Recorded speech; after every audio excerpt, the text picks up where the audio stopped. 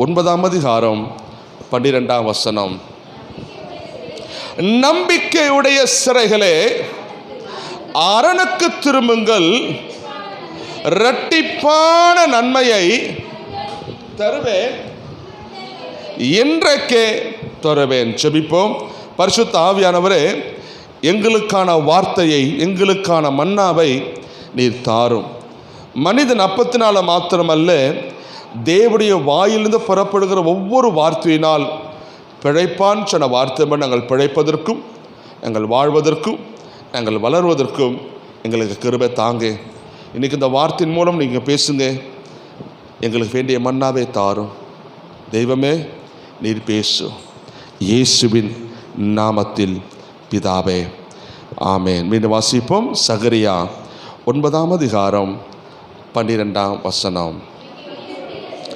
நம்பிக்கையுடைய சிறைகளே, அரணுக்கு திரும்புங்கள், இரட்டிப்பான நன்மையை தருவேன், இன்றைக்கே தருவேன். ஆண்டவர் சொன்ன வாக்கு தத்தம், இந்த ஜூன் மாதத்திற்கான வாக்கு தத்தம், இரட்டிப்பான நன்மையை உனக்கு தருவேன். நம்ம கேட்க, ஆண்டவரே எனக்கு இரட்டிப்பான ஆசீர்வாதத்தை தாரும். இரட்டிப்பு என்பது இப்போது இருக்கிறதை விட அடுத்த மடங்கு, அடுத்த இடம், அடுத்த உயர்வு. அப்போ ஏன்னா நம்ம ஆலயத்தில் நம்ம வரும்போது, முதல் ஆலயத்துக்கு நான் வரும்போது என் வாழ்க்கை இருந்த நிலைமையை விட இப்போ என் நிலைமையை கர்த்தர் மாற்றியிருக்கிறாரா? மாற்றிருக்கிறார் இல்லையா? இல்லை பாஸ், நான் இருக்கிற மாதிரியே தான் இருக்கிறேன்னா நமக்குள் சில பிரச்சனை இருக்குது. அந்த பிரச்சனையை சரி செய்தால் தான் வண்டி ஓடும். தோத்தனா? அல்லேலூயா, ஆமென். நான் ஓட்டுகிற வண்டியில் இன்ஜின் கொஞ்சம் சரியில்லைன்னா வண்டி இழுக்காது. ஆரம்ப நாட்களில் நான் ஒரு TVS 50 வச்சேன். பார்க்க நல்லா தான் இருக்கும், ஆனால் வண்டி இழுக்காது. இன்னதான் முறுக்குனாலும் பின்னாடி புகை வருமே தவிர வண்டி மேலே ஏறாது. ஆமென். இந்த வண்டியை ஒரு விசுவாசி ஊழியத்துக்கு கொடுத்துச்சு. ஆமென். கவனிங்க. ஒரு நாள் ஊழிய கூடிக்கு வரும்போது பாஸ்டர் சொன்னார், யாருக்கெல்லாம் வண்டி இல்லையோ அவங்களுக்கு எங்கள் விசுவாசி ஒரு வண்டி கொடுத்துருக்குறாங்க, உங்கள் ஊழியத்துக்கு உபயோகப்படுத்திக் கொள்ளுங்கன்னு சொன்னாங்க. அப்போ வண்டி இல்லையேன்னு சொல்லி நான் கை தூக்கி இப்படியே முன்னாடி முந்திக்கு வாங்கிட்டேன். நினச்சேன், ஓ நமக்கு ஒரு வண்டியை கொடுக்குறாரு, வண்டி நல்லா ஓடுன்னு சொல்லி பார்த்தா அது என்னது, காலாவதியான போன வண்டி. ஆமாம், அது குஜிலி கடைக்கு போட வண்டி யார் கொடுத்துருக்குறாங்க? தோத்தனா? அல்லேலூயா. 1980 வாங்கின வண்டியை 2000 கொடுத்துருக்காங்க. தோத்திரம். சரி, கொடுத்துட்டாங்களே. நானும் பாஸ்டர் பிள்ளைங்க வண்டி ஓட்டினா வண்டி தான் புகை தான் வரும். இந்த கொசுக்கு மருந்து அடிப்பாங்க தெரியுமா? ரோட்டில் பூரா திரும்பி பார்ப்போம். வண்டி 20-30க்கு மேலே தாண்டாது. அது நடுவில் வண்டி நின்று போயிடும். தோத்தனா? அல்லேலூயா. அப்போ யோசிச்சு, ஆண்டவரே, என்ன ஆண்டவரே, வண்டி இழுக்க மாட்டுது. எங்கள் வீடு லாஸ்பேட்டில் இருக்குது. இந்த லாஸ்பேட்டை மேடு ஏறாது. வண்டி என்னதான் கடைசியில் அந்த வண்டி கடையில் போடும்போது 700 ரூபா தான் எடுத்துக்கிட்டாங்க. எவ்வளோக்கு? ஆனால் கொடுத்தது எதுக்கு சொல்லுங்க.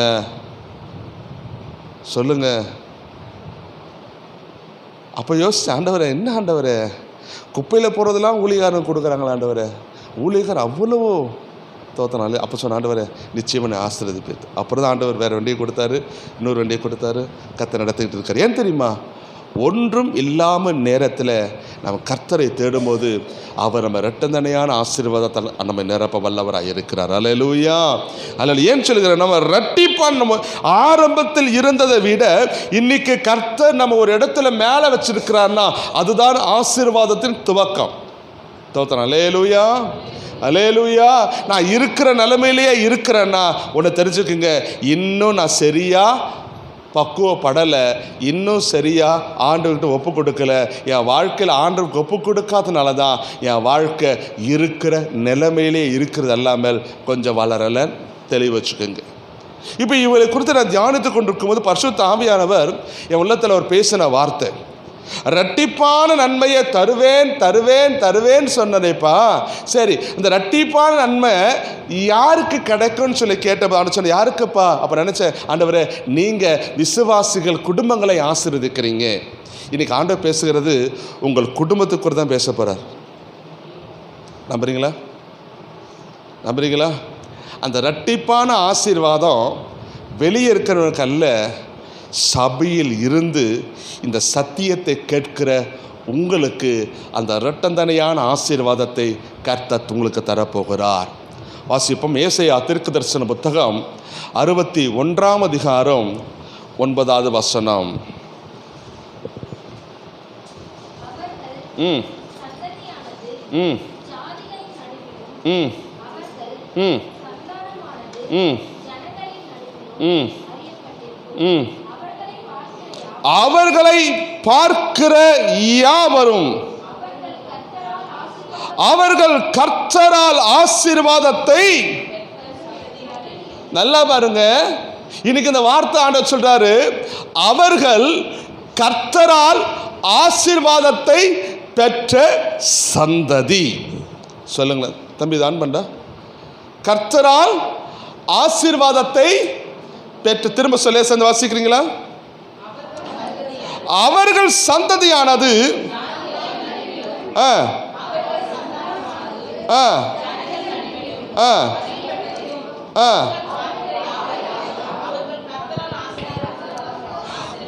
அவர்கள் கர்த்தரால் ஆசீர்வாதத்தை பெற்ற சந்ததி என்று. இப்ப உங்களை பார்த்து சொல்றேன், உங்களை பார்த்து சொல்றாங்களா இவங்க கர்த்தரால் ஆசீர்வதிக்கப்பட்ட சந்ததி என்று? ஹலோ, உங்களை பார்த்து சொல்கிறாங்களா? உங்கள் பக்கத்தில் இருக்கிறவங்க சொல்கிறாங்களா? உங்கள் சொந்தக்காரங்க சொல்கிறாங்களா இவங்க கர்த்தருடைய ஆசீர்வாதத்தை பெற்றவர்கள்? சொல்கிறாங்களா இல்லையா? சொல்லலையா? பதிலை காணாமே. பதில் திரும்ப சொல்கிறேன், பதில் சொன்னால் தான் பிரசங்கமே வரும். உங்கள் பக்கத்து விட்டவங்களை பார்த்து என்ன சொல்கிறாங்க?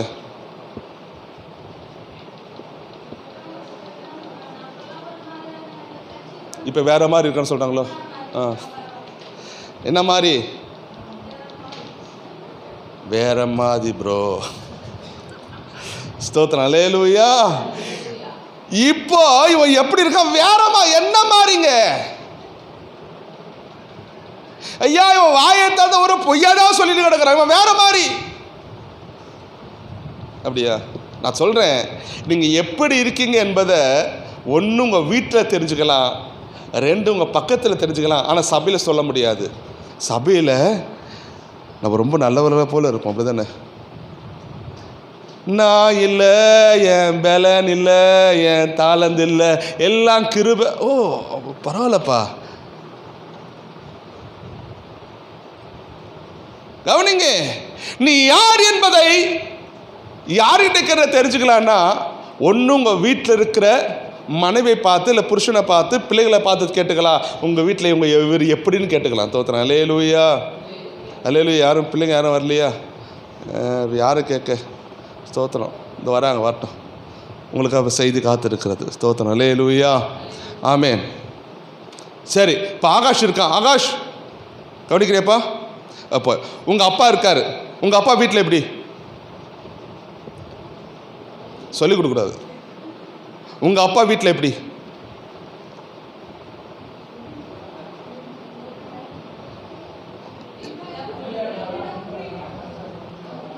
நீங்கள் சொல்லிக் கொடுக்கூடாது.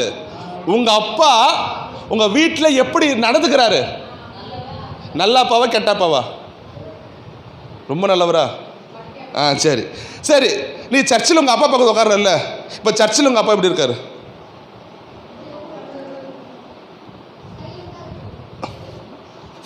என்னது? எங்கள் அப்பா ரொம்ப நல்லவருங்க. தோத்துறேன். அல்லேலூயா, சந்தோஷம். சரி, இப்போ இஸ்மின் பிரதர் குறித்து நான் விஜய் சிஸ்டர் கேட்குறேன். விஜய் சிஸ்டர், உங்கள் வீட்டுக்காரர் எப்படி? அவரா பாஸ்டர்? நல்லவர் தான் பாஸ்டர். அந்த கொஞ்சம் கேப் வந்தாலே நம்ம நிரப்பிக்க வேண்டியதுதான். தப்பா அடிச்சுக்காதுங்க, எக்ஸாம்பிள் தான். கவனிங்க, இதே போல தான் நம்ம எப்படி இருக்கிறோம் என்பதை நம்ம வீட்டில் இருக்கிறவங்க வச்சு கேட்கலாம். ரெண்டு, நம்ம வீட்டில் பக்கத்தில் இருக்கான்னு தெரியுமா, அவனுக்கு தெரிஞ்சுக்கலாம். என்ன சொல்லுவாங்க, இவர்கள் ஆலயத்துக்கு போகிறோன்னு சொல்லிட்டு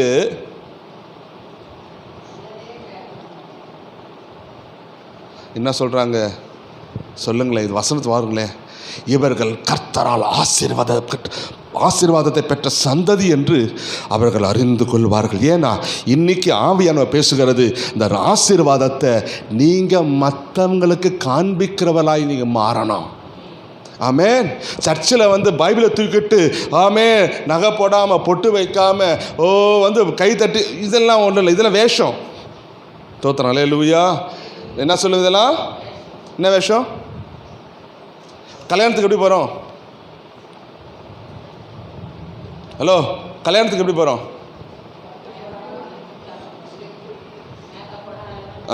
கல்யாணத்துக்கு எப்படி போகிறோம்? நல்ல 2 கலர் அடிச்சுக்கிட்டு ஸ்டைலில் போவோம். ஏன்? ஓகே. அப்போ கல்யாணத்துக்கு எப்படி, சாரி, துக்க வீட்டுக்கு எப்படி போகிறோம்? அந்த மேக்கெல்லாம் தொடச்சிட்டு தலையை கொஞ்சம் அப்படியே கிண்டி விட்டு பாவம் பரிதாபமா. சரி, சர்ச்சுக்கு எப்படி வரும்? அது அப்படி இல்லை, இப்படி இல்லை, ரெண்டுத்துக்கு நடுவில் உட்காந்துருக்கோம் பாஸ்டர். அப்படி தானே? நான் மேக்கப்பும் போட்டிருக்கேன், ஆனால் வெளியே தெரியாது. ஆனால் மேக்கப்பு குறைச்சிருக்குன்னா வெளியே தெரியும். ரெண்டு நடுக்கட்ட நல்ல. இப்படி தான் நம்ம ஆலயத்தை உட்காந்துட்டு அப்படி இல்லாமல் இப்படி இல்லாமல் ஆனதான் சொல்கிறார், நம்ம அனலும் இல்லாமல் குளிரும் இல்லாமல் இருக்கிறோம் என்பதை கத்த சொல்லுகிறார். இன்னைக்கு ஆவியானவர் காண்பிக்கிற ஒரு விஷயம் என்ன தெரியுமாங்க, நீங்கள் கர்த்தருடைய ஆசீர்வாதத்தை பெற்ற சந்ததிகள் என்று சொல்லத்தக்கதாக நம்ம வாழ்க்கையில் இந்த மாற்றத்தை நான் கேட்குறேன். அதனால தான் ஆகஸ்ட் கேட்டேன், உங்கள் அப்பா எப்படிப்பா? எங்கள் அப்பா ரொம்ப நல்லவர். ஓகே, நல்ல சாட்சி. உங்கள் அப்பா சர்ச்சில் எப்படி? எங்கள் அப்பா சர்ச்சில் ரொம்ப சைலண்ட். ஓகே, ரொம்ப நல்லது. இப்போ நான் ஆகஸ்ட் கேட்குறேன், ஆகாஷ், உன்னுடைய அறிக்கையின்படி, கர்த்தராக இயேசு எனக்கு கொடுத்த கட்டளையின்படி இப்போ கேட்குறேன், உங்கள் அப்பா உனக்கு இயேசுவை பற்றி சொல்லியிருக்காரா? என்ன சொல்லியிருக்காரு? அப்பா சொன்னாரா, பாட்டி சொன்னாங்களா? பாட்டி தான் அதிகமாக சொல்லியிருக்கிறாங்க. அப்பா கொஞ்சம் கொஞ்சம் கொஞ்சம். ஓகே, கவனிங்க, நான் எதுக்கு சொல்கிறேன், ஒரு எக்ஸாம்பிளுக்காக நான் சொல்கிறேன். தயவுசெய்து யாரும் தவறாக நடத்துக்கன்னா எக்ஸாம்பிளுக்காக சொல்கிறேன், புரியுங்களா? அப்போ நம்ம பிள்ளைங்களை நம்ம சத்தியத்தை சொல்லி கொடுக்குறோமா? இதுதான் இன்றைக்கி செய்தி. வாசிப்போம். யோசுவாவின் புத்தகம் 24ஆம் அதிகாரம் 15ஆம் வசனம். யோசுவா 24:15.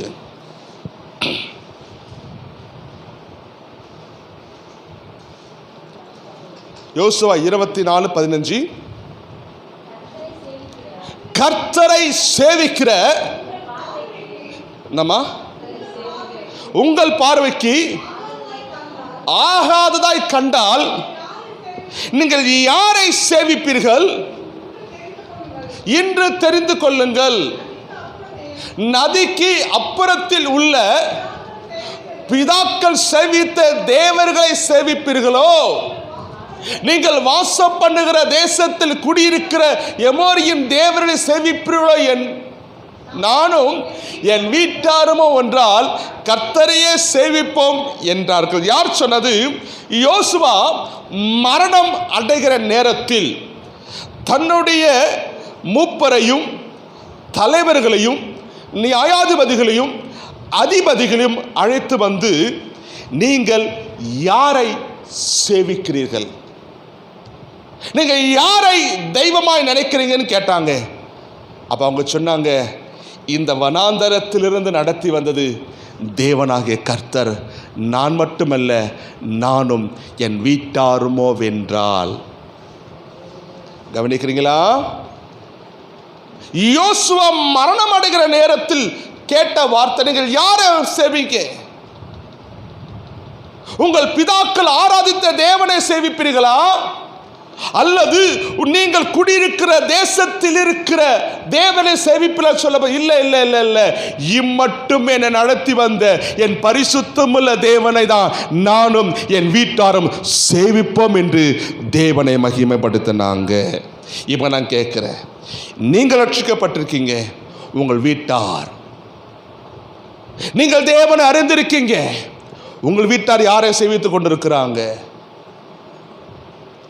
நீங்கள் உங்க காலத்துல தேவனை பாடுறீங்க, கர்த்தர் நாமம் என் புகலிடமே, கருத்தோடு துதித்திடுவே, யெகோவா ராஃபா சுகம் தரும் தெய்வமே.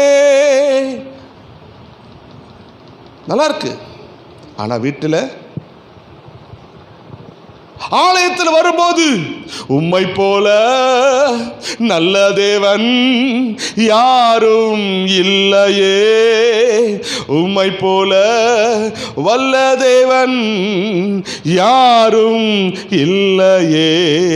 சபையில பாடுறோம், ஆராதிக்கிறோம், ஓகே நல்லா இருக்கு. ஆனா நீங்கள் ஆராதிக்கிற இந்த தேவனை உங்கள் வீட்டில் கொண்டு வர முடியுதா?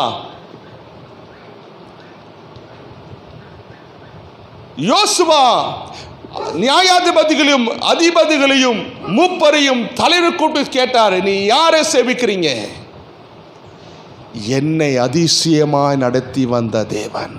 நான் கேட்குறேன், உங்களை நடத்தி வந்த தேவனை குறித்து உங்கள் வீட்டில் உங்கள் பிள்ளைகளுக்கு, உங்கள் வீட்டில் உள்ளவர்களுக்கு நீங்கள் சொல்லியிருக்கீங்களா? நான் சொல்கிறேன் பாஸ்டர், அவங்க கேட்க மாட்டாங்க பாஸ்டர். இல்லை, அவங்க கேட்குற வரைக்கும் நீ சத்தியத்தை சொல்லணும். அவங்க மனம் திரும்புகிற வரைக்கும் நீ சுவிசேஷத்தை அறிவிச்சுக்கிட்டு தான் இருக்கணும். அவங்க கேட்குறாங்களோ கேட்கலையோ, ஏற்றுக்கொள்ளலையோ, நீங்கள் நம்புகிற, நீங்கள் ஆராதிக்கிற தேவன் யார் என்பதை முதலாவது நீங்கள் அறிந்திருப்பீர்களானால் இந்த உள்ள இருக்கிற இந்த அபிஷேகம் அவனை தொடாமல் இருக்க முடியாது. ஆமென். நம்ம கிச்சனில் வேலை செய்கிறோங்க, அனல் அடிக்குதா? ஏன்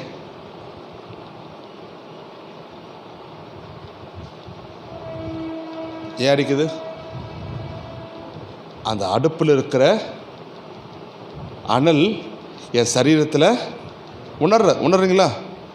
அப்போது ஒரு சாதாரண நெருப்பு, அந்த நெருப்பு பக்கத்தில் போனால் அது வெப்பம் என்னால் உணர முடியுதுன்னா, எனக்குள் தேவ அந்த வல்லமை இருக்குன்னா என் வீட்டாரும் அதை தொடும் அல்லவா? சொல்லுங்களேன். நீங்க இந்த அபிஷேகத்தை பெற்றிருப்பீர்களானால், நீங்கள் கர்த்தரை ஆராதிக்கிறவராய் மாறினீங்கன்னா நீங்க வாசனை வீசுகிறவராய் மாறுவீங்க. வாசனை அதாவது உங்கள் மேலே நீங்கள் இப்போ சென்ட் அடிக்கிறீங்க, உங்களை தான் அடிச்சுக்கிறீங்க, ஆனால் அந்த ஸ்மெல்லு பக்கத்தில் உணர்றாங்களா இல்லையா? ஏன்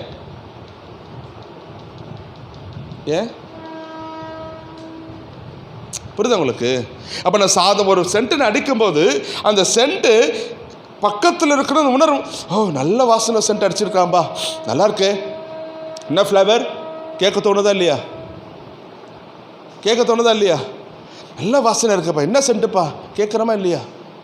அப்படின்னா உங்களுக்குள் இந்த அனல் இருக்குன்னா நீங்கள் சொல்ல வேண்டாம், நீங்கள் ஆராதிக்கிற இயேசுவை அவர்களும் தேடி வருவார்கள். ஆனால் என்ன இல்லை தெரியுமா? எனக்குள் அந்த அனல் இல்லை, எனக்குள் அந்த தாகம் இல்லை, எனக்குள் அந்த அபிஷேகம் இல்லை. இவை எல்லாம் அமிழ்ந்து விட்டது. அமிழ்ந்துருச்சுன்னது அடுப்பு அனல் குறைந்து விட்டது. கவனிக்கிறீங்களா? சொல்ல அர்த்தம் புரியுதாமா? இன்னைக்கு ஆவியானவர் பேசுகிறாரு, நீங்கள் அந்த ஆசீர்வாதத்தை நீங்கள் பெறணும்னா, இந்த ஆசீர்வாதம் உங்கள் மேலே வந்து நிற்குதுன்னா வெளியிருக்க சொல்லுவாங்க, இவர்கள் கர்த்தரின் பிள்ளைகள் என்று அவர்கள் தங்கள் நாவினால் அறிக்கை பண்ணுவாங்க. இவங்களுக்கு என்னப்பா, ஆண்டவர் இருக்கிறாரு. ஆமென். ஏற்கனவே சொன்னேன், நம்முடைய வாழ்க்கையில் அநேக நெருக்கங்கள் இருக்கலாம், அநேக தேவைகள் இருக்கலாம். ஒன்று மட்டும் சொல்கிறேன், எனக்கு ஒரு தேவன் இருக்கிறார் என்பதை நீங்கள் மறந்துடாதீங்க. ஆமென். எனக்கு ஒரு தேவன் இருக்கிறார். அந்த தேவன் என்னை கரம் பிடித்திருக்கிறார். அந்த தேவன் என் குறைவை மாற்றுவார். அந்த தேவன் பிரச்சனையை மாற்றுவார். என் தேவன் குறைவெல்லாம் நிறைவாக்குகிற தேவன் என்னோடு கூட இருக்கிறார். அந்த தேவன் சமாதானத்தின் காரணர். என் குடும்பத்தின் சமாதானத்தை கட்டுவார். என் குடும்பத்தில் விடுதலை தருவார். என் குடும்பத்தில் சாபத்தை மாற்றுவார். என் குடும்பத்தின் தருத்தரத்தை மாற்றுவார். நானும் என் பிள்ளைகளும் மனைவிமார்களும் சேர்ந்து கர்த்தரை துதிக்கிற ஆராதிக்கிற பிள்ளைகளை மாற்ற என் தேவனால் கூடும். எனவே என் தேவனை நம்பிக்கை வைத்து நான் இன்னும் இன்னும் இன்னும் இன்னும் நான் அவரை நம்பி வாழ்கிறேன்னு சொல்லி நீங்கள் சொல்லும் போது தான் நீங்கள் எந்த அளவுக்கு தேவனை தேடுறீங்களோ அந்த தேடுதல் தான் உங்கள் வாழ்க்கையில் அற்புதத்தை கொண்டு வரும். நான் திரும்ப சொல்லுகிறேன், உங்கள் வீட்டுக்கார் ஒரு குடிகாரனாக இருக்கலாம், பரவாயில்ல. உங்கள் வீட்டுக்காரர் பரவாயில்ல. நீங்கள் தேவனை தேடி நீங்கள் நல்லவனாக இருக்கீங்க இல்லையா? உங்களுக்குள் இருக்கிற அபிஷேகம் அவர் மேல் ஊற்றுற வரைக்கும் நீங்கள் தேவனுக்காக எரிந்து பிரகாசித்து கொண்டிருக்கணும். உங்களிடத்தில் இருக்கிற அபிஷேகம். ஆமென். இயேசுவின் வஸ்திரத்தை தொடும்போது வல்லமை புறப்பட்டதல்லவா? பேதுரு யோவான் நிழல் பட்டவர்கள் சுகமடைந்தார்கள் வேதம் சொல்ல. அப்படின்னா நான் கர்த்தரை ஆராதிக்கிறேன், கர்த்தரை நம்புகிறேன். இந்த அபிஷேகத்தில் நான் வளர வளர வளர வளர வளர வளர வளர வளர என்னோடு கூட என் ஆண்டவர் வருவார். என் வீட்டுக்குள்ள ஆண்டவர் வருவார். நான் எங்கே இருக்கணும்? என் ஆண்டவர் அங்கே தான் இருப்பார். ஹல்லேலூயா. இந்த வார்த்தை நீங்கள் சொல்லுங்க, இந்த வார்த்தையை சொல்லுங்க. நான் எங்கே இருக்கணும் அங்கே என் சீஷன் இருப்பான்னு ஆண்டவர் சொன்னார். ஆண்டவர் நான் எங்கே போனாலும் நீங்கள் என்னோடு கூட வரீங்க. எத்தனை பேருக்கு தெரியும்? எத்தனை பேருக்கு தெரியும்?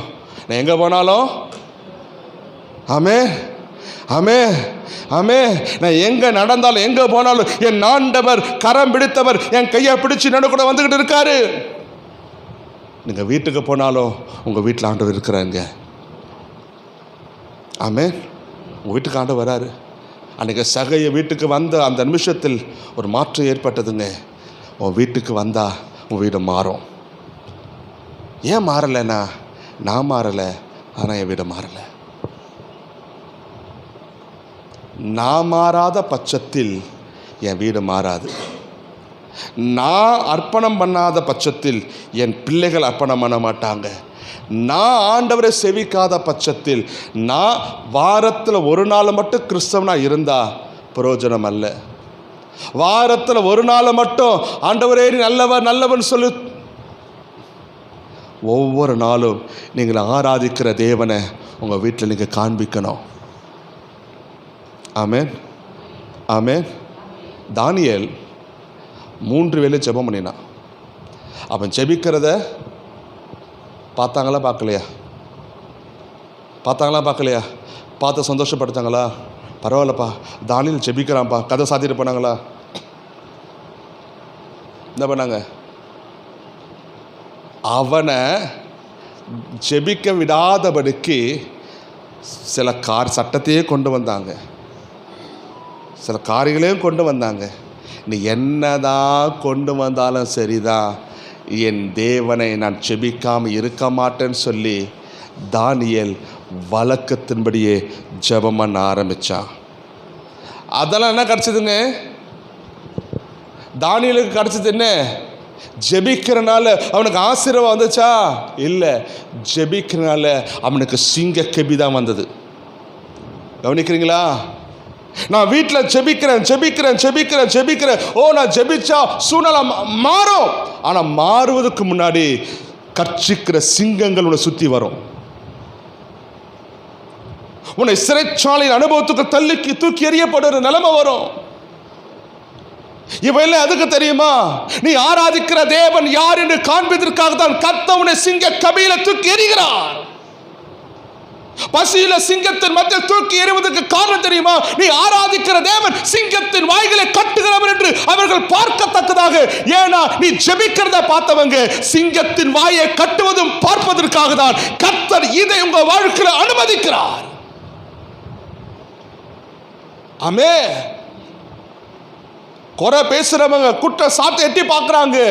சிங்கங்கள் அவனை ஒரு சேதப்படுத்தவில்லை. இப்போ ராஜா வந்து கேட்குறாரு. ராஜாவுக்கும் தூக்கம் வரலை, இரவெல்லாம் தூக்கம் வரலை. ராஜா காலை எழுந்து கேட்குறார், தானியேலே, நீ ஆராதிக்கிற தேவன் உன்னை தப்பு வச்சாராப்பா? ஆமாண்டவரே, நான் உயிரோடு தான் இருக்கிறேன். சொல்கிறேங்க, நீங்கள் வீட்டில் செபிக்க ஆரம்பித்தா உன் தேவன் யார் என்று உன் வீட்டில் உள்ள யாவரும் அறிந்து கொள்ளத்தக்கதாக உன்னை கர்த்தர் உயரத்தில் கொண்டு வந்து வைப்பார். கவனிங்க. ஐயோ, நான் மட்டும்தான் இருக்கிறேன். இல்லை, நீங்கள் மட்டும் இல்லை, உன்னோடு கூட 7000 பேர் இருக்கிறாங்க, அநேக 1000 மக்கள் இருக்கிறாங்க. நீங்கள் ஆண்டவரை நம்புங்க, ஆண்டவரை சேவிங்க. நீங்கள் கர்த்தர் மேல் இருக்க விசுவாசம் உங்களை மட்டுமல்ல, உங்கள் பிள்ளைகளையும் சேவிக்கும் என்று ஆண்டவர் சொல்லுகிறார். ஒன்று சொல்கிறேங்க, கர்த்தர் உனக்கு ஏற்ற துணையை கொடுத்துருக்கிறார். உனக்கு சரியான மூக்கணாங்காரம் கொடுத்துருக்கிறார். வராதில்ல? ஏன் தெரியுமா? ஜாடிக்கேற்ற ஆண்டை மாற்றி அமைக்கலைங்க, சரியான. ஏன்னா உலகத்தில் சொல்லுவாங்க, திருமணம் எங்கே நிச்சயமாகுதான்? திருமணம் எங்கே நிச்சயமாகுது? அப்படி தானே? நானும் தான் சொல்கிறேன், தேவ சித்த திருமணம் தான். கர்த்தர் உங்களுக்கு ஏற்ற துணையை கர்த்தர் கொடுத்துருக்கிறார். இப்போ சொல்லுங்கள், ஆண்டவரே, எனக்கு கொடுத்த என் கணவருக்காய் ஸ்தோத்திரம். எத்தனை சொல்கிறீங்க? வார்த்தை ஏமா முழுகி சொல்கிறீங்க? ஆமென். கவனிங்க. ஏன்னா உங்களை வச்சு தான் கர்த்தர் உங்கள் குடும்பத்தை அசைக்க போகிறார். உங்கள் குடும்பத்தை கர்த்தர் தலைவனாக உங்கள் வீட்டுக்காரர் வச்சுருக்கிறான்னா உங்களை தலைவலியாக வைக்க மாட்டார், தலைவியாக வைக்க போகிறார். எப்படி தெரியுமா? இதுதான், நீங்கள் உங்கள் கணவருக்கு கீழ்ப்படிந்து நடக்கலாய் மாறி பாருங்க. கீழ்ப்படி. எங்கள் வீட்டுக்கார சர்ச்சுக்கு போகணும்னு சொன்னார் பாஸ்டர், நான் கீழ்படுகிறேன் பாஸ்டர். இதுக்கெல்லாம் கீழ்ப்படியும், ஆனால் மற்றதெல்லாம் கீழ்ப்படிய மாட்டோம். அப்படி தானே? எங்கள் வீட்டுக்கார சர்ச்சுக்கு போனால் அடிக்கிறார் பாஸ்டர், இன்றைக்கி சொன்னீங்கல்ல எங்கள் வீட்டுக்கார வார்த்தை நான் கேட்குறேன் பாஸ்டர். சரிங்க பாஸ்டர், தோத்தனாலே. இதுக்கெல்லாம் கீழ்ப்படுகிறோம். நம்ம தேவனுக்கு எல்லாத்துக்கும் கீழ்ப்படுகிறோமா? எதில் வைராக்கியம் அதை வைராக்கியத்தை வைங்க. தோத்தனால ஆண்டவருக்காக பாராட்டுக்கு வைராக்கியத்தை விட்டுடாதீங்க. தோத்தனா அல்லேலூயா. கர்த்தருக்காக வாழ்கிற வைராக்கியம். ஏன்னா இந்த குடும்பத்தில் யோசுவாவின் சந்ததியிலிருந்து வந்தவன் மீகா, ஆனால் அவன் வாழ்க்கை விக்கிரகத்துக்குள் போக ஆரம்பிச்சிச்சு. யாத்திராகம புத்தகம் 20ஆம் அதிகாரம் 4ஆம் வசனம் வாசிங்க. யாத்திராகம 20:4.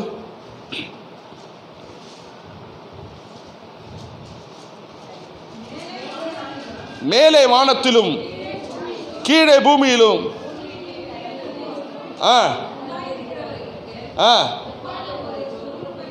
சொருபத்தி ஆகிலும் யாதொரு விக்கிரகத்தை ஆகிலும் உண்டாக்க வேண்டாம், நமஸ்கரிக்க வேண்டாம், நீ சேவிக்க வேண்டாம்.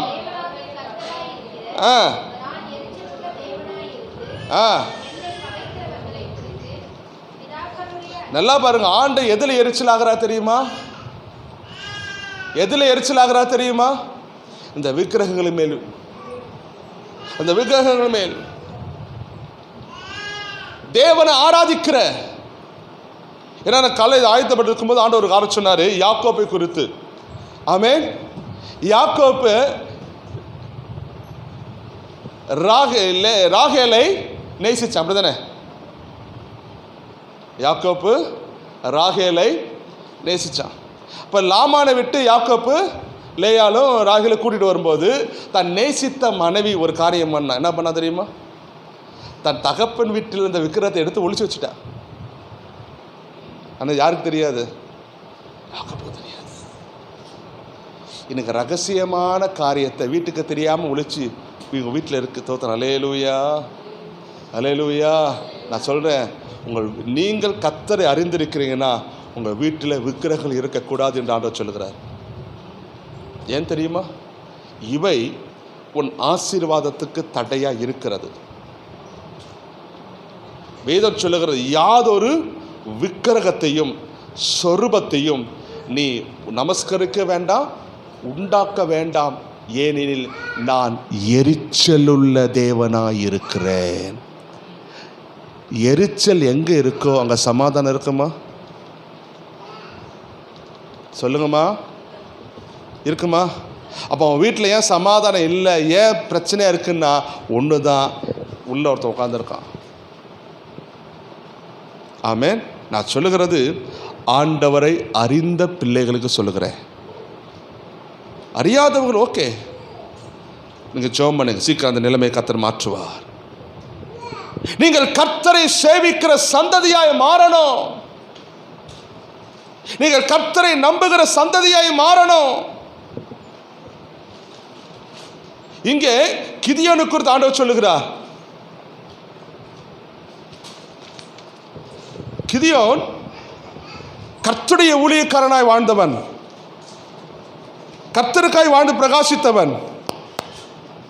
ஆனால் ஒரு விஷயம் நடந்தது. வாசிங்க,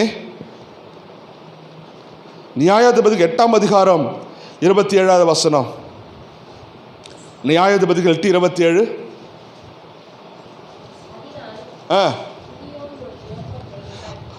கிதியோன் ஒரு ஏபோத்தை உண்டாக்கி அதை தன் ஊரான ஒப்ரிலே வைத்தான். இஸ்ரவேல் எல்லோரும் அதை பின்பற்றி என்ன பண்ணாங்க? சோரம் போனார்கள்.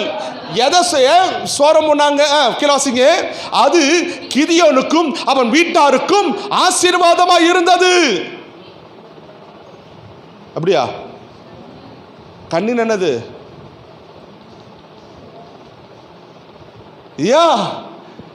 இந்த கிதியோனை வைத்துதான் மீதியானரை சிதறடித்தார். 32,000 பேர் உள்ளவர்களை 300 பேரை தெரிந்து கொண்டு மீதியான சிதறடித்தவர் பயன்படுத்தப்பட்ட பாத்திரம் கிதியோன். அவன் அங்கிருந்து வரும்போது ஒரு ஓபேத்தை உருவாக்கி அது ஜனங்களுக்கு கொடுக்கும்போது ஜனங்கள் அதை என்ன பண்ணாங்களா, அதனால கெட்டு போனாங்க. அது அவன் வாழ்க்கையில கண்ணியாக பிரச்சனையாக முள்ளா இருந்துச்சு. இன்னைக்கு சில விஷயத்தை நம்ம வெறுத்து தூக்கி எறியாதனால நம்ம வாழ்க்கையில் அனுதினமும் இந்த ஆவிகள் போராடிக்கிட்டே இருக்கு. நான் திருச்சி சொல்றேன், விக்கிரகங்கள் எங்க இருக்கோ அங்க போராட்டங்கள் இருந்துகிட்டே இருக்கும். மறந்துடாதீங்க.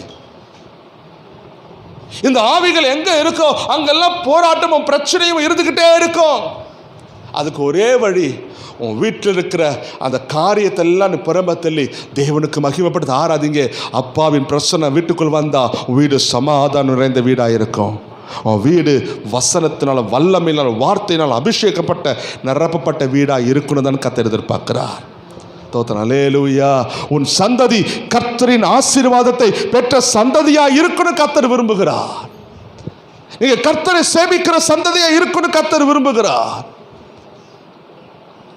நோவாவின் குடும்பத்தை குறித்து பாருங்க.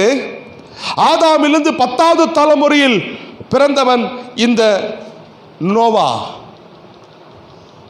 நோவாவின் காலத்தில் ஜனங்கள் எப்படி இருந்தாங்க? ஆதியாகமம் 6ஆம் அதிகாரம் 1 முதல் 9 வசனத்தை பார்த்தீங்கன்னா, ஜனங்களுக்குள் பாவம் அருவருப்பு இருந்தனால் தேசத்தை அழிக்க நினைச்சாரு. ஆனா ஒரு குடும்பம் கர்த்தருக்காக வைராக்கியமா இருந்ததை கர்த்தர் கண்டார்.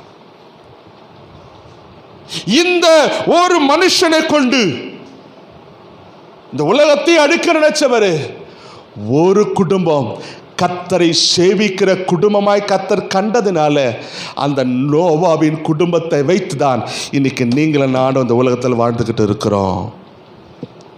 ஒரு நீதிமான் இருந்தால் தேசத்தை அழிப்பீரோ? கவனிக்கிறீங்களாமா?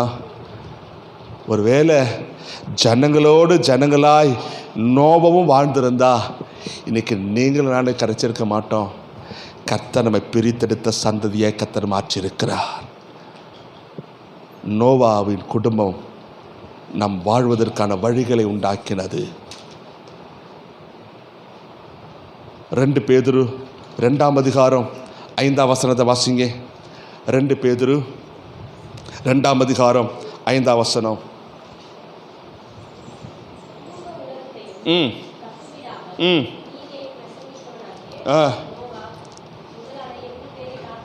நல்லா பாருங்களேன். அக்காலத்தில் அவபக்தியை வாழ்ந்தவருக்குள் நீதிமானாய் பக்தி உள்ளவனாய் வாழ்ந்தவன் நோவா. இன்னைக்கு சொல்லுகிற ஐயா, உங்க ஃப்ரெண்ட்ஸ் எல்லாம் துன்மார்க்கனா இருக்கிறாங்க, உங்க வீட்டில் இருக்கிற ரட்சிக்கப்படாம பாவியா இருக்கிறாங்க, உங்க வீட்டில் எல்லாம் இருந்துட்டோம், உன்னை கொண்டு செய்ய வேண்டியதை உன்னை கொண்டு செய்யதான் கர்த்தர் உன்னை குடும்பத்துக்குள் உன்னை தேர்ந்தெடுத்திருக்கிறார். உன்னை வைத்துதான் உன் வீட்டார் ரட்சிக்க விரும்புகிறார். ஒரு யோசேப்பின் நிமித்தம் முழு இஸ்ரவேலை காப்பாற்ற நினைத்ததுனாலதான் யோசேப்பை கர்த்தர் எகிப்துக்கு அனுப்பினார். உன் சந்ததியை கர்த்தர் ஆசீர்வதிப்பதற்கு, உன் பிள்ளைகள் உன் சந்ததியெல்லாம் ஆசீர்வதிப்பதற்கு தான் இன்னைக்கு இந்த ரட்சிப்பின் அனுபவத்தை ஆண்டவனுக்கு கொடுத்திருக்கிறார். இந்த ரட்சிப்பின் அனுபவத்தை பிடித்திருக்கிற நீங்க ஆண்டவருக்காக வைராக்கியமா வாழணும் ஆண்டவர் எதிர்பார்க்கிறார். ஏன்னா பிற்காலம் என்ன இருக்கும், எப்படி இருக்கு நமக்கு தெரியாது. ஆனா நீங்க இப்ப விதைக்கிற விதைதான் உன் சந்ததிக்கு ஆசீர்வாதமா இருக்கும் என்று கர்த்தர் சொல்லுகிறார். தேசத்தில் பஞ்சம் வரப்போகுது என்பதை கர்த்தர் வெளிப்படுத்தினாலதான், தேசத்தில் பஞ்சம் வரப்போகுது என்பது கர்த்தர் உணர்த்தினாலதான் யோசேப்பு தானியத்தை சேர்த்து வைத்தான். கவனிக்கிறீங்களா? எகிப்து தேசத்தில் தானியத்தை சேர்த்து வைத்ததுனாலதான் பஞ்சகாலம் வந்தபோது அந்த தானியத்தை கொண்டு எகிப்து தேசத்துக்கும் இஸ்ரவேல் ஜனங்களுக்கும் அவன் ஆகாரத்தை கொடுக்கிறாய் மாறினான். அதே போலதான் இன்னைக்கு உங்களை ரட்சித்தது நிமித்தம் தான் வரக்கூடிய காலங்களில் உன்னை ஆசீர்வாதத்தின் சந்ததியாக கர்த்தர் வைத்து உன்னை கனப்படுத்த போகிறார். இதற்காக தான் நான் போராடிக்கிட்டு இருக்கிறோம், இதுக்காக தான் நான் போராடிக்கிட்டு இருக்கிறேன். ஆண்டவரே, எப்படியாவது நாங்கள் ஆசீர்வாதம் பெற்ற சந்ததியாய் மாறணும், இதுக்காக தான் போராடிக்கிட்டு இருக்கிறோம். ஆமென். உன்னை பார்க்கும்போது யாரா சொல்லும், இவர்கள் கர்த்தரால் ஆசீர்வதிக்கப்பட்ட சந்ததின்னு சொல்லத்தக்கதாக இந்த மாற்றத்தை ஏற்படுத்த கொடுங்க. கடைசியா ஒரு மனுஷன் சொல்லுகிறேன், ஏனோக்கு தேவனோடு நடந்தான். அந்த ஏனோக்கு சொல்லுகிறேன், அவன் ஆதாமில் இருந்து 7ஆம் தலைமுறை. வாசிங்க ஆதியாகமம்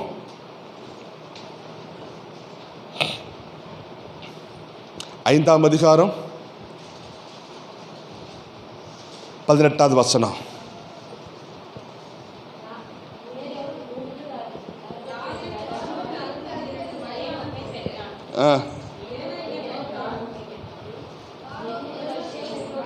சரி, சாரி, ஆதியாகமம் 5ஆம் 1ஆம் வசனம் வாசிங்க. ஆதியாகமம் 5ஆம் அதிகாரம் 1ஆம் வசனம். ஆதாமின்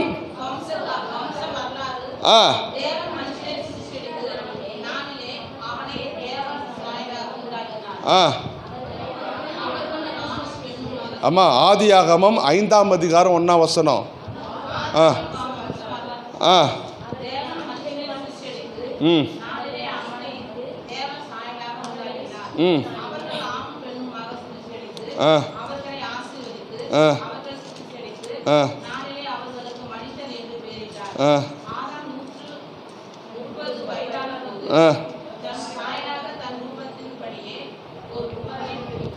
குமாரனை பெற்று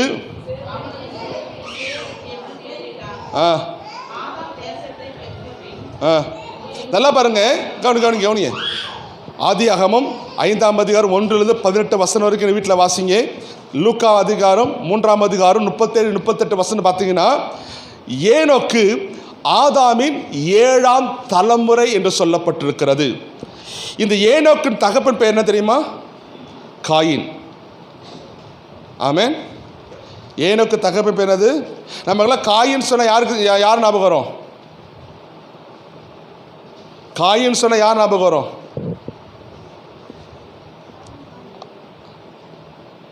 ஆதாமுடைய முதல் பையன் காயின், அப்படிதானே?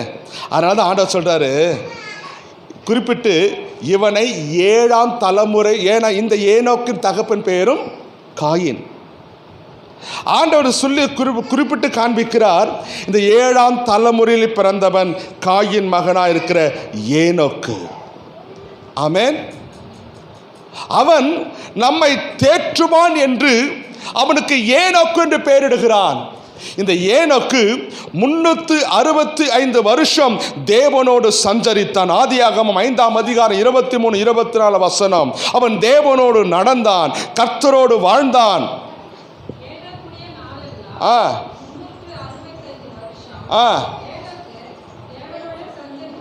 நல்லா பாருங்க, டைம் இல்லை, கவனிங்க. இந்த ஏனோக்கு எத்தனை வருஷம் ஆண்டவரோடு நடந்தான்? 365 வருஷம். குமாரரும் குமாரத்திகளை பெற்றெடுத்து வாழ்ந்தான். விசுவாச வீரனாய், எபிரேயர் நிருபம் 11ஆம் அதிகாரம் 5ஆம் வசனம் சொல்லுகிறது, ஏனோக்கு விசுவாச வீரனாய் நடந்தான். அவன் மற்றவர்களுக்கு ஒரு ஆசீர்வாதத்தின் சந்ததியாய் வாழ்ந்தான். இந்த ஏனோக்கு ஒரு தீர்க்கதரிசியாய் இருந்தான். யூதாவின் நிருபம் 14ஆம் அதிகாரத்தை பார்த்தீங்கன்னா ஆண்டவருடைய வருகை குறித்து அவன் பேசுகிறான். இந்த ஏனோக்கு தன் வாழ்ந்த வாழ்க்கையில அவன் நீதிமானாய் வாழ்ந்து காண்பித்தான். மற்றவங்களுக்கு நீதிமானாய் காண்பித்ததுனால தான் அவன் உயிரோடு எடுத்துக் கொள்ளப்பட்டான் என்று வேதம் சொல்லுகிறது. எலியாவை ஒரு அக்கினி ரதம் எப்படி எடுத்துக்கொண்டு போனதோ, இந்த ஏனோக்கும் காணப்படாமல் போனான். ஏன் தெரியுமா? அவன் தேவனோடு நடந்தான். தேவனோடு நடந்தான். அவன் பிரச்சனைகளை ஃபேஸ் பண்ண, அவன் எல்லா பிரச்சனையும் சேர்ந்தான், பார்த்தான், எல்லாம் நடந்தான். எல்லாம் நடந்தாலும் தேவனுக்காக வைராக்கியம் தான் அவனை உயரத்துக்கு கொண்டு வந்து வச்சுச்சு. இன்னைக்கு சொல்றேன், நீங்க தேவனோடு நடந்து பழகிறாளா மாறுங்க. உங்க வாழ்க்கையில் பிரச்சனையை பிடிச்சிட்டு அழுகாதீங்க. உங்க வாழ்க்கை பிரச்சனையை தூக்கி போடுங்க. பிரச்சனைகளை பார்க்கலும் என் தேவன் பெரியவர். ஆமே. ஐயோ எனக்கு அப்படி வந்துடுச்சு, ஐயோ எனக்கு எல்லாத்துக்கும் குப்பையில் போடுங்க. இன்னைக்கு குப்பையை பிடிச்சா உட்காந்து இருக்கிறோம். குப்பையை பிடிச்சா நீ உயரத்து வர முடியாது. கல்மலையில் ஏறுங்க. உன்னை மலையிலுமே ஏற வைக்கிறாரு, உன் மலையிலுமே நிற்க வைக்கிறாரு. உன்னை பிரகாசிக்கிறவனாய் கர்த்தர் மாற்ற விரும்புகிறாரு. இந்த காலவேளை ஆவியான சொன்ன ஒரு விஷயம் இதுதான், உன்னை ஆசீர்வாதத்தின் சந்ததியாக கர்த்தர் நிறுத்த விரும்புகிறார். யோசுவா ஜனங்களை பார்த்து சொல்லுகிறாங்க, நீ யாரே சேவிப்பீங்க? நானும் என் வீட்டாரும் என்ற கர்த்தரையே சேவிப்போன்னு சொல்லி அவன் தன் சந்ததியை கொண்டு வந்தான். இந்த யோசுவாவின் சந்ததியில் வந்தவன் தான் மீகா. அவன் விக்கிரகங்களுக்குள் கடந்து போனான். கிதியோன் கர்த்தருக்காக வைராக்கியம் வச்சான். ஆனால் ஒரு சின்ன வார்த்தை, சின்ன ஏபோத்தை வச்சு ஜனங்கள் கொடுத்து அவங்க ஜனங்கள் கெட்டு போவதற்கு அவன் ஒரு வழியை காண்பித்துறான் இருந்தான். ஆனால் அவன் விசுவாசத்தை விட்டு விலகலை. அவன் விசுவாச வீரனாகி மரித்தான் என்று வேதம் சொல்லுகிறது. நோவா தன் காலத்தில் ஜனங்கள் அருவருப்பும் பாவத்திலும் இருந்தாங்க. ஆனால் அந்த நாட்களில் தன் தேவனுக்காக வைராக்கிய வச்சனால தான் எனக்கு நோவாவின் நிமித்தமாக கர்த்தர் நம்மை பிழைத்திருக்கிற வழி செய்திருக்கிறாரு. ஏனோக்கு 365 வருஷம் பூமியில் நடந்தான். குமாரனை பெற்றான். தேவனை சஞ்சரித்தான். அவன் எடுத்துக்கொள்ளப்பட்டான். சபையே, இந்த காலையில் சொல்லுகிறேன், உங்கள் பிரச்சனை நினைச்சு கலங்காதீங்க. உன் பிரச்சனை விட தேவன் பெரியவர். உன்னை கரம் பிடித்தவர் கைவிட அல்ல. உன்னை கரம் பிடித்தவர் உன்னை தூக்கி எறிய அல்ல. உன் கரம் பிடித்தவர் உன் சந்ததியை கர்த்தர் மேன்மேல வளர செய்ய தான் கர்த்தர் விரும்புகிறாரு. நீங்கள் ஆசீர்வாதத்தின் சந்ததியாக இருக்கணும் தான் கர்த்தர் விரும்புகிறார். எனவே உனக்குள் இருக்கிற இந்த பாகாலெல்லாம் தூக்கி வாரம் கட்டுங்க. சகல அருவருப்பும் பாவத்தை தூக்கி வாரம் கட்டுங்க. இவையெல்லாம் தேவன் வெறுக்கிறார். தேவன் எதெல்லாம் வெறுக்கிறாரோ, தேவன் வெறுக்கிறத நீங்கள் உள்ளே வச்சிங்கன்னா நீங்கள் ஆசீர்வாதத்தை பார்க்க முடியாது. உங்கள் வீட்டில் எதெல்லாம் நாற்றம் எடுக்குது? உங்கள் வீட்டில் நாற்றம் எடுக்கிற பொருள் இருக்கா? அதாவது தான் சொல்லப்போ, நீங்கள் மீன் ஆயிறீங்க. மீன் ஆஞ்சி இந்த தலையெல்லாம் வீட்டுக்குள்ளே வைப்பீங்க. உடனே வெளியே போடுவீங்களா, வீட்டுக்குள்ளே வச்சுருப்பீங்களா? ஏன் புரியுதுங்களா? அப்போ நாத்தத்தை வெளியே போட்டாதான். ஹலோ சொல்லுங்க, இரட்டந்தனையான ஆசீர்வாதத்தை பெறணும்னா தேவன் வெறுக்கிறது எதுவோ அதெல்லாம் நீங்கள் தூக்கி வெளியே எறியணும். ஆமென். ஆண்டவரே, நான் ஆசீர்வாதத்தின் சந்ததி என்று சொல்லத்தக்கதாக என்னை மாற்றுங்க ஆண்டவரே. எனக்குள் இருக்கிற அருவருப்பு, பாவம், விக்கிரக அசுத்தங்கள் எல்லாம் நான் தூக்கி எறிகிறேன். நான் குடும்பத்தோடு உம்மை சேவிக்கிற சந்ததியாக இருக்க என்னை ஒப்பு கொடுக்கிறேன்னு சொல்லுகிறவன் யார்? நோவா தன் காலத்தில் பக்தியுள்ளவனாக இருந்தான். ஏன்னா நான் திரும்ப சொல்லுகிறேன், நம்ம எப்படி இருக்கிறோமோ அப்படி தான் நம்ம பிள்ளைங்க இருப்பாங்க. அதனால தான் ஆகாஷ்கிட்ட கேட்டேன், ஆகாஷ் உங்கள் அப்பாவை நடத்துகிற? எஸ் நடத்துகிறேன். ஓகே, உங்கள் பிள்ளைகளை சத்தியத்துக்குள் கொண்டு வந்து நடத்துங்க. உங்கள் பிள்ளைகளுக்கு ரட்சிப்புக்கு சொல்லிக் கொடுங்க, பரலோகத்தை சொல்லிக் கொடுங்க, நியாய தீர்ப்புக்கு சொல்லுங்க, தேவ பயத்தை சொல்லிக் கொடுங்க, கர்த்தரை விட்டு விலகனா என்ன நடக்குன்னு சொல்லிக் கொடுங்க. இதெல்லாம் சொல்லிக் கொடுங்க. வேதம் உனக்கு சொல்லிக் கொடுக்கறத நீ உன் பிள்ளைகள் சொல்லிக் கொடுத்தா உன் பிள்ளைங்க கர்த்தரை சேவிக்கிற பிள்ளைகளாக இருப்பாங்க. ஒன்று சொல்லிக் கொடுங்க, அப்பா என்ன வேலை வந்தாலும் ஞாயிற்றுக்கிழமை கர்த்தரை ஆராதிக்க மறந்துடாது என்பதை முதலாவது நீங்கள் படிங்க, உங்கள் பிள்ளைகளுக்கு சொல்லிக் கொடுங்க. உன் சந்ததி ரட்டம் தனியான ஆசீர்வாதத்தை பெறணும் விரும்புகிறீங்களா? உன் சந்ததி ஆசீர்வாத சந்ததியாக மாற விரும்புகிறீங்களா? இந்த ஆசீர்வாத சந்ததியாய் மாறுவதற்கு நீங்கள் இவைகளை வித்துட்டு வேணும், விதைக்கணும். நீ விதைச்சாதான் உன் பிள்ளைகளின் பிள்ளைகள் ஆசீர்வாதத்தை காண்பாங்க. ஏன்னா இன்னைக்கு உலகம் ஆசீர்வாதம் எங்கே கிடைக்கும், நன்மை எங்கே கிடைக்கும், சமாதானம் எங்கே கிடைக்கும், நிம்மதி எங்கே கிடைக்கும் ஓடி அலைகிறாங்க. எல்லாவற்றுக்கும் காரணர் உனக்கு தெரியல. சமாதானம் கொடுக்குறவ யாருன்னு தெரியல, சந்தோஷத்தை கொடுக்குற யாரும் தெரியல, பாவத்தை மன்னிக்கிறவ யாருக்கும் தெரியல, விடுதலை கொடுக்குற யார் எல்லாம் தெரிஞ்சோம். ஏன் அவர்களை கொண்டு வர முடியலன்னா முதல்ல அவங்களுக்கு முன்னாடி நான் மாதிரியாய் வாழ்ந்து காட்டணும். என்னை பார்க்கும்போது இயேசுவை பார்க்கிறாளாக மாறணும். இன்றைக்கி சோமன், ஆண்டவரே என்னை பார்க்கும்போது என்னுடைய சாயல் அல்ல கிறிஸ்துவின் சாயலை காண்பிக்கிறவனாய் என்னை மாற்றுங்க ஆண்டவரே. இதை தான் வேதம் சொல்லுகிறது, இதை தான் மறுரூபம். ஆமென். மறுரூபம் என்னது? மறுரூபமே மகிமையானதோர் அனுபவமே, மாம்ச சாயல் முற்றும் மாறிடுமே, பின்னக சாயல் வந்திடுமே. மறுரூபம் என்பது உன் மாம்சத்தின் சாயலை மாற்றுகிற அனுபவம். இன்றைக்கி கேளுங்க, ஆண்டவரே இந்த அபிஷேகத்தை எனக்கு கொடுங்க ஆண்டவரே, இந்த வல்லமையை கொடுங்க ஆண்டவரே. நான் ஒருவன் மட்டும் ரட்சிக்கப்பட்டிருக்கிறேன், என் நிமித்தம் என் கணவர், என் மனைவி, என் பிள்ளைகள் ரட்சிக்கப்பட என்னை பயன்படுத்தும் அந்த அபிஷேகத்தை எனக்கு கொடுங்கப்பா. இன்றைக்கி நான் வீட்டுக்கு வரும்போது என் வீட்டுக்கார் என் தேவனால் தொடப்படணும் ஆண்டவரே. ஆண்டவரே என் பிள்ளைகள் தேவனால் தொடப்படணும் ஆண்டவரே. என் வீட்டில் இருக்கிற தேவனால் தொடப்படுவதற்கு என்னை ஒரு அக்னியை மாற்றுங்க ஆண்டவரே. என்னை ஒரு அக்னியை மாற்றுங்க ஆண்டவரே. என்னை ஒரு அக்னியை மாற்றுங்க ஆண்டவரே. அதுதான் ஏசாயா 61:9 சொல்லுகிறது. அவர்கள் பார்க்கிற யாவரும் இவர்கள் கர்த்தரால் ஆசீர்வதிக்கப்பட்டவள் சொல்லத்தக்கதாக இந்த நன்மை எனக்கு தருவதற்கு என்னை பயன்படுத்த சொல்லி கேளுங்க. கர்த்தர் நிச்சயமாய் உங்களை பயன்படுத்த திரும்ப சொல்லுகிறேன். தேவன் வெறுக்கிறதை தூக்கிறீங்க. ஆமென். ராகேல் தேவன் வெறுக்கிறதை ஒழிச்சு வச்சா. மீகா விக்கிரங்களை சேவித்து அதுக்கு ஆளா போட்டு ஆராதிக்க ஆரம்பித்தான். கிதியோன் ஓபேத்தை உண்டாக்கியது சிறுவ ஜனங்கள் அவங்க சோரம் போன கெட்டு போல அவனே ஒரு வழியாயிட்டான். இன்றைக்கி சொல்கிறேன், வைராக்கியமுள்ள கிறிஸ்தவனை எழும்பி நிற்க ஜெபிக்கிறேன். ஆண்டவரே என்னை பயன்படுத்தும், என்னை பயன்படுத்தும். கண்களை முடிச்சு ஜெபிப்போமா? எல்லாம் எழுந்திருப்போம். ஹல்லேலூயா. நான் வாழ்வது உமக்காக. ஹல்லேலூயா சொல்லி கர்த்தரை மகிமைப்படுத்துங்க. ஆண்டவரே உமக்காக நன்றி சொல்லுகிறேன், உமக்காக நன்றி சொல்லுகிறேன், உமக்காக நன்றி சொல்லுகிறேன். ஹல்லேலூயா. ஆமே. கண்களை மூடி சொல்லுங்கள். ஏசப்பா உம்முடைய சமூகத்தில் நான் ஒப்பு கொடுத்து நான் ஜெபிக்கிறேன்.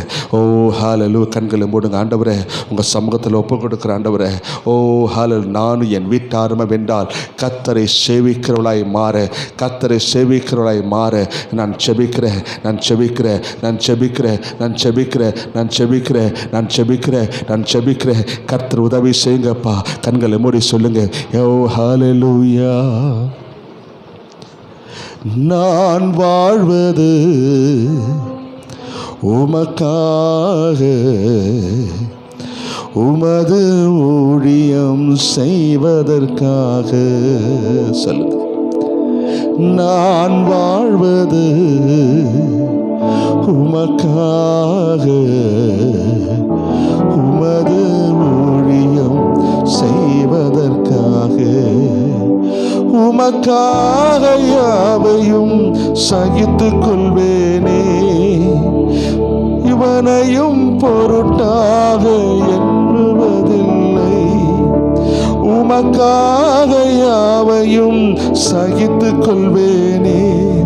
என் ஜீவனையும் பொருட்டாக நினைப்பதில்லையே. நீ தந்த ஊழியத்தை நிறைவேற்றிட, நீ தந்த ஊழியத்தை நிறைவேற்றிட ஆசையுடன் தினம் ஓடுகிறேன், ஆசையுடன் தினம் ஓடுகிறேன்.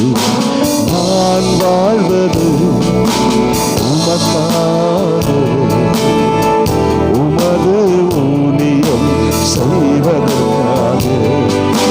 நான் வாழ்வது உமக்காக, உமது ஊழியம் செய்வதற்காக. உடைந்து போன எந்தன் கூடாரத்தையே உமது கரத்தில் எடுத்து கட்டுவித்தீரே. உடைந்து போன எந்தன் கூடாரத்தையே உமது கரத்தில் எடுத்து கட்டுவித்தீரே.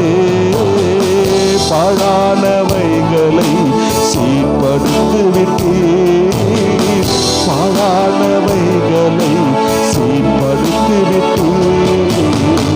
பயிரிலமாய் என்னை மாற்றிவிட்டீர். சொல்லுவோம், பயிரிலமாய் என்னை மாற்றிவிட்டீர். நான் வாழ்வது உமக்காக, உமது ஊழியம் செய்வதற்காக. சொல்லுங்க, நான் வாழ்வது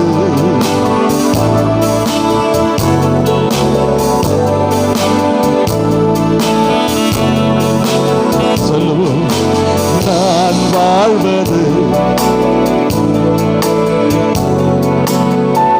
உமது ஊழியம் செய்வதற்காக. திரும்ப சொல்லுங்க, நான் வாழ்வது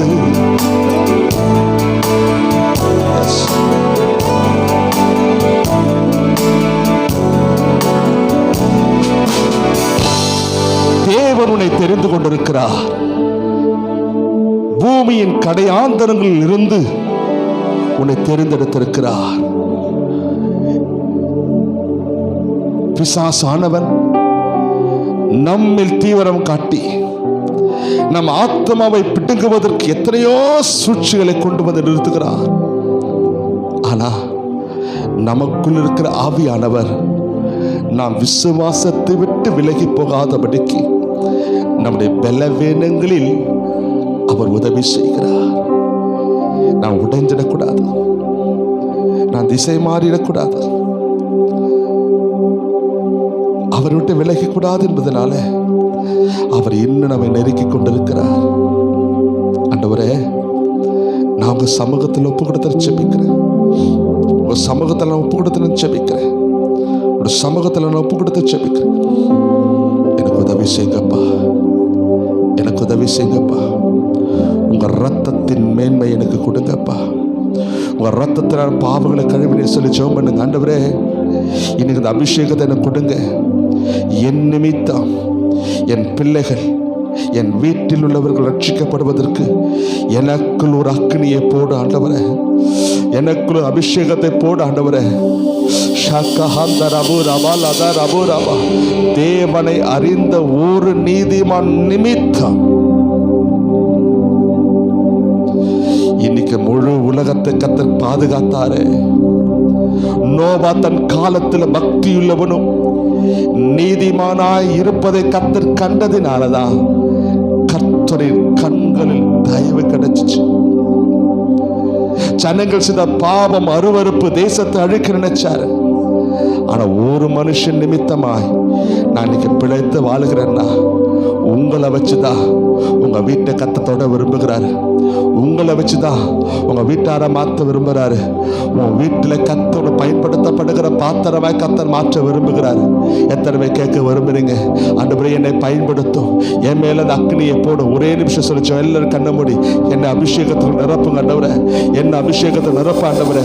ஓ ராபா லாதா ஷாபா ராபா. தானியேல் ஜெபிக்கிறவனாய் மாறினான். தடைகள் வந்தாலும் போராட்டம் வந்தாலும் அவன் ஜெபிக்கிறவனாய் மாறினான். அவன் சிங்கத்தின் கபீரை தூக்கி எறிந்தாலும் அவன் ஜெபிக்கிறவனாய் இருந்தனாலதான் அவன் ஜீவன் தப்பப்பட்டது. ஜெபிக்கிறவன் என்னைக்கும் சோர்வடைவதில்லை. ஜெபிக்கிறவன் என்னைக்கோ தளர்ந்து விடுவதில்லை. ஜெபிக்கிறவன் என்னைக்கோ அழிந்து போனதில்லை. ஜெபிக்கிறவன் என்னைக்கோ கீழே விழுந்து போனதே இல்லை. ஜெபிக்கிறவன் அவன் உயரத்துக்கு தான் கத்த வச்சு அழகு பார்த்தாரு அல்லாமல் அவரை தூக்கி எரியல. இன்னைக்கு உனக்கு இந்த ஜெபத்தை கொண்டு வாங்க, உனக்கு இந்த அபிஷேகத்தை கொண்டு வாங்க. ஏசப்பா, இந்த 6வது மாதத்தை நான் முடிக்க போறேன் ஆண்டவரே, என் நிமித்தம் ஒரு ஆத்மாவை ரட்சிக்க உதவி செய்யும். என் நிமித்தம் ஒரு ஆத்மாவை ரட்சிக்க உதவி செய்யும். கடந்த வாரத்தில் கள்ளக்குறிச்சியில கள்ள சாராயத்தினால 52 பேர் செத்து போயிட்டா. மரண ஓலங்கள் உன் காதுல கேக்குதா? செய்தியில கேட்கிறோம். ஐயோ,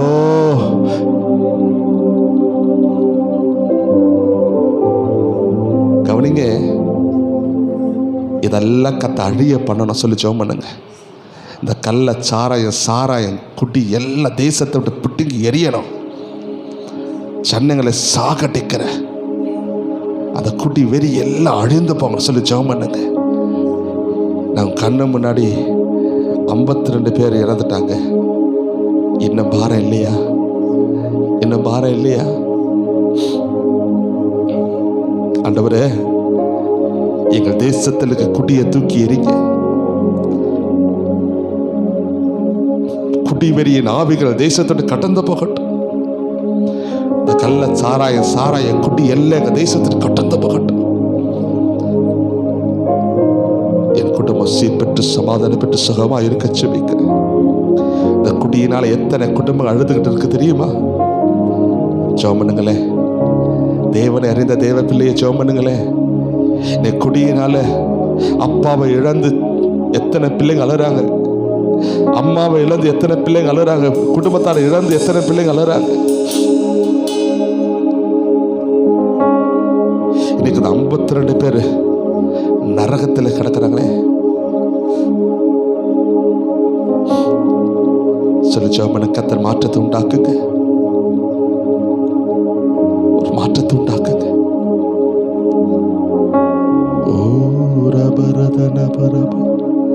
உதவி செய்யுங்க. உடைய கரைகளை ஒப்பு கொடுக்கிறோம். பெரிய காரியங்களை செய்யும் இயேசுவின் மூலம்